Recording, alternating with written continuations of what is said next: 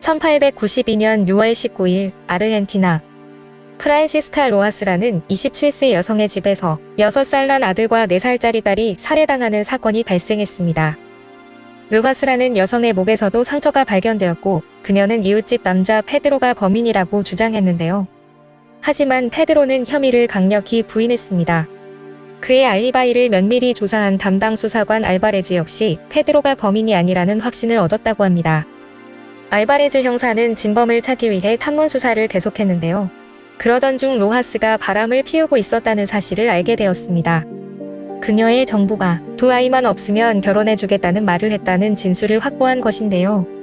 물론 로하스는 펄쩍 뛰었고 알바레즈는 다시 한번 현장을 주의 깊게 살펴보기로 합니다.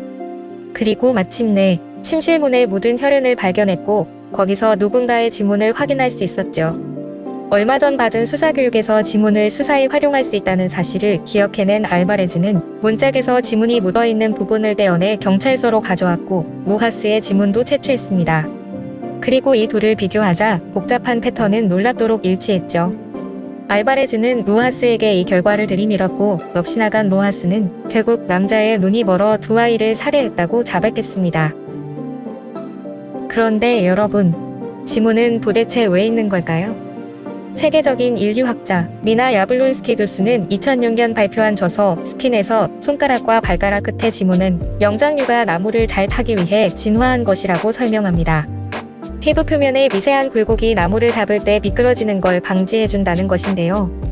하지만 지난 2009년 3월 사이언스에 실린 또 다른 논문은 지문의 역할을 조금 다른 관점으로 해석하고 있습니다.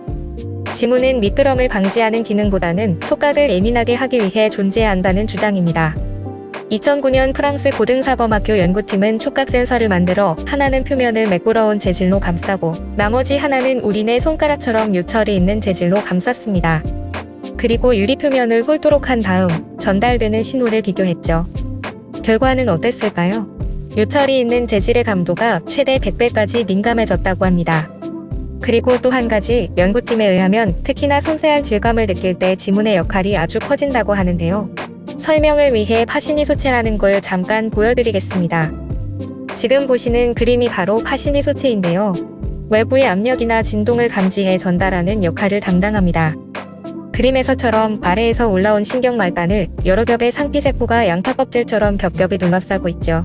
원래 손끝이 어떤 물체의 표면을 지나가면 이 파시니소체가 진동의 형태로 감지하게 되는데요. 지문은 바로 이때 진동을 증폭시켜준다고 합니다. 손을 쓰는 영장류 가운데서도 최고봉인 인류가 지금처럼 뚜렷한 지문을 가지고 있는 건 어쩌면 너무나 당연한 일인지도 모르겠습니다. 아시다시피 지문은 사람마다 다릅니다. 범인 검거에 지문이 이용되는 것도 바로 그 때문이죠. 그런데 여러분, 일란성 쌍둥이들은 어떨까요? 심지어 일란성 쌍둥이조차도 지문은 서로 다릅니다. 복잡한 패턴이 완성되기까지 선천적인 요인은 물론 후천적 요인도 함께 작용한다는 사실을 짐작할 수 있는 대목입니다.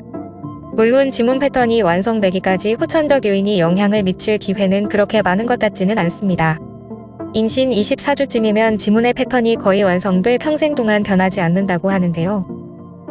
내 손끝 지문 속에 어머니 뱃속 시절의 추억이 새겨져 있는 셈 아닐까요?